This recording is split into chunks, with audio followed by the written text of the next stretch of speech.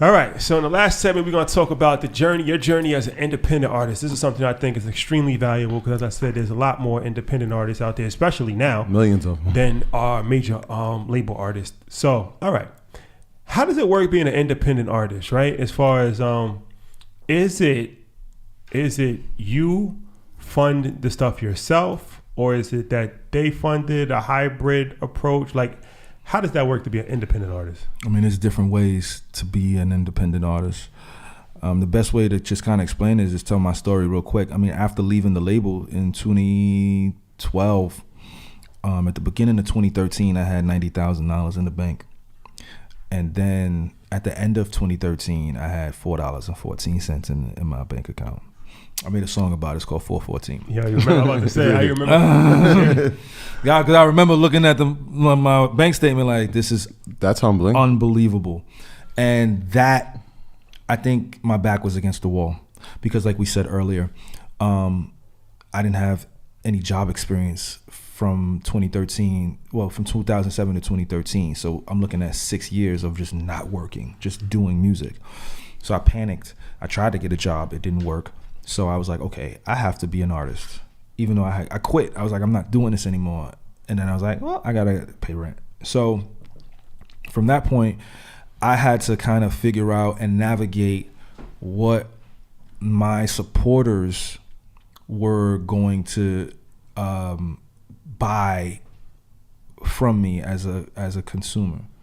So I realized that they appreciate my lyrics, they appreciate my honesty, they appreciate merchandise, they appreciate seeing me. So I had to create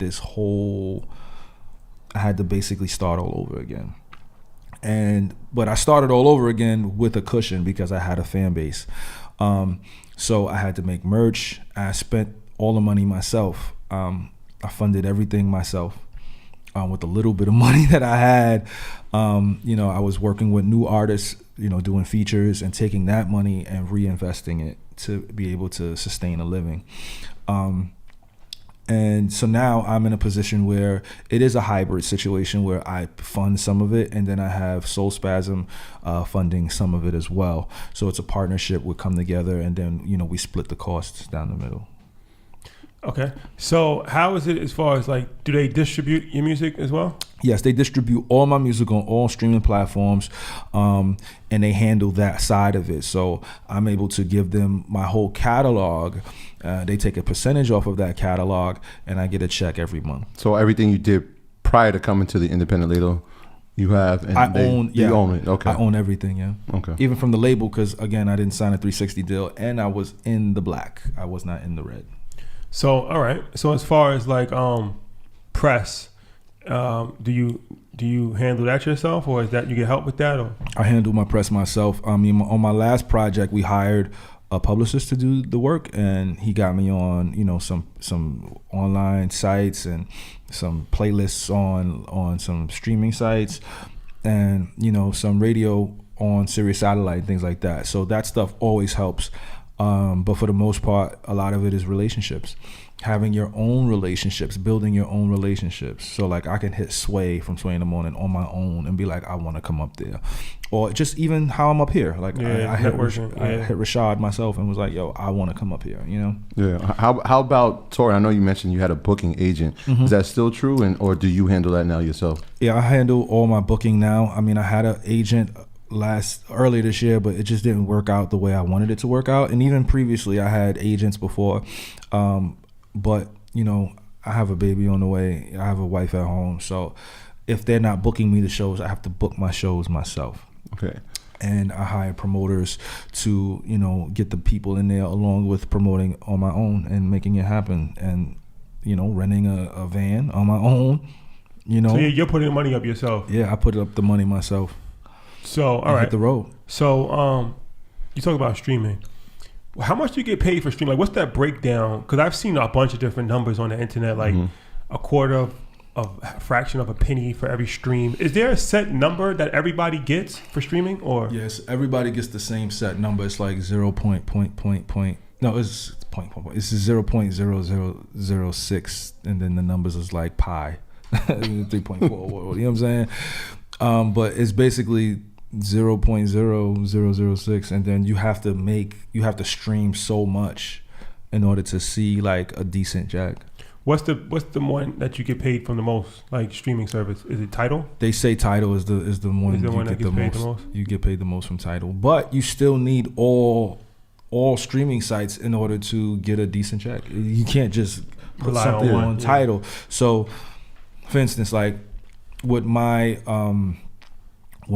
pay sheet comes in every month, it's not just Tidal. It's Tidal, it's Spotify, it's Pandora, it's Apple Music, it's iTunes when people purchase the music, which is always the best, because you keep 80% of the money. So if it's 99 cents, you keep 80 cents of that. Apple takes 20 cents. Oh, okay. Oh, okay. So that's the best. And then YouTube as well, and Vimeo and TikTok now. TikTok is So good, yeah. combine these 7 to 8 companies, and you should receive a decent check. Check. How do you make it to those curated playlists? Because like now that you're saying, I'm thinking like songs just pop in there. Like once I download a certain playlist, if a new artist comes in, do you have to pay for that? Or is there somebody at the streaming service that actually just says, "Oh, I like that song, we're putting that in there"? I mean, sometimes it's the labels that own the playlist. Sometimes if you're very cool with the people that run the playlist, you can get lucky.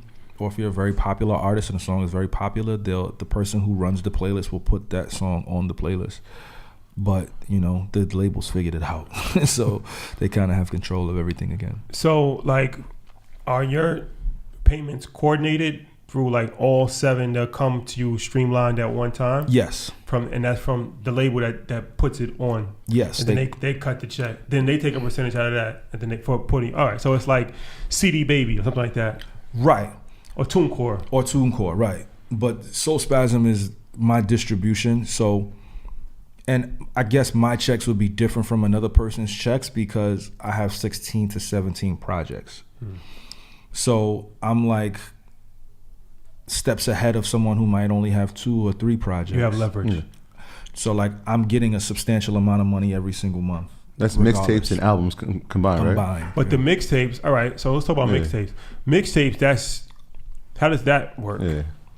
Same thing? Because you put mixtapes on streaming services too, right? Yeah, Now like- people are putting them on there, but before it was difficult. But I think you can put them on there now. But it's still Still the same thing? it's still Yeah, the like same what's the thing. difference? Like I know Drake put out a playlist. Then there's mixtapes and there's albums. Well, like Dave East. Yeah. He just came out with his first album, but he has like 6 projects. Yeah, what's the difference? Previous that Is it look sampling? like Is album, it- look like, like what album to is it? me. Sound like one the marketing rollout. from the label.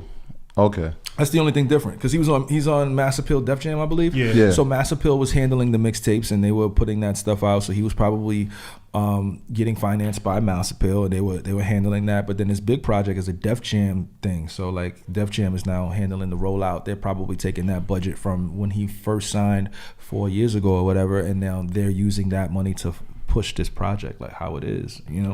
Okay. That's how it works. Essentially, How about endorsements? I know you said that you had one with EA Sports and Puma and Yeah, Honda, of course. Yeah. You got those Before. by yourself or? yeah. I mean, a lot of that stuff was before I did my record deal, so they just were interested in the brand. They bought into who I was, what I represented. They saw that, this kid is an image that can be pushed out there without being too flashy. That was one of the reasons why Honda chose me, because I was not flashy. I didn't have a big chain on. I didn't have the crazy jewels on. I didn't come in there talking crazy. I was an intellectual. I was an everyday person. Now, what is a Honda? Honda's for everyday person. You know what I'm saying? And it's a great car that lasts. So, that money was from them. And then Puma, I worked with Puma for a little while. For like 2 years. They gave me product. I would wear the product and get that stuff seen all over because I was a sneakerhead. I'm still a big sneakerhead. And then, I also did EA Sports. I was very cool with the music supervisor over there, Raphael Lima, shout out to her. And we kind of just continuously worked for like 5 years. I was on like every EA game you could potentially think of except for Madden. Like I was on like hockey. I was on Need for Speed. I was on FIFA. No, not FIFA. Pardon me. I was on The Sims. Like I have a Sims. Oh, The Sims. Yeah, that is yeah. So, all right. You get royalty checks from the game, the purchase of the No, game. nah. You don't get royalty checks. You just get an upfront check. Upfront check. That's it. Okay, but the commercial got royalty checks. Yes, I got. For as long as the commercial played.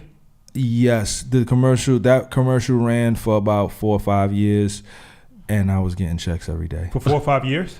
No, 4 or 5 months. Pardon me. okay. 4 or 5 months. Damn. 4 or 5 months. Okay. And Shout I out was to getting Honda. I was getting checks every single day. Every day. So they calculate like how many times it aired, and then they send you a percentage of that. Yes.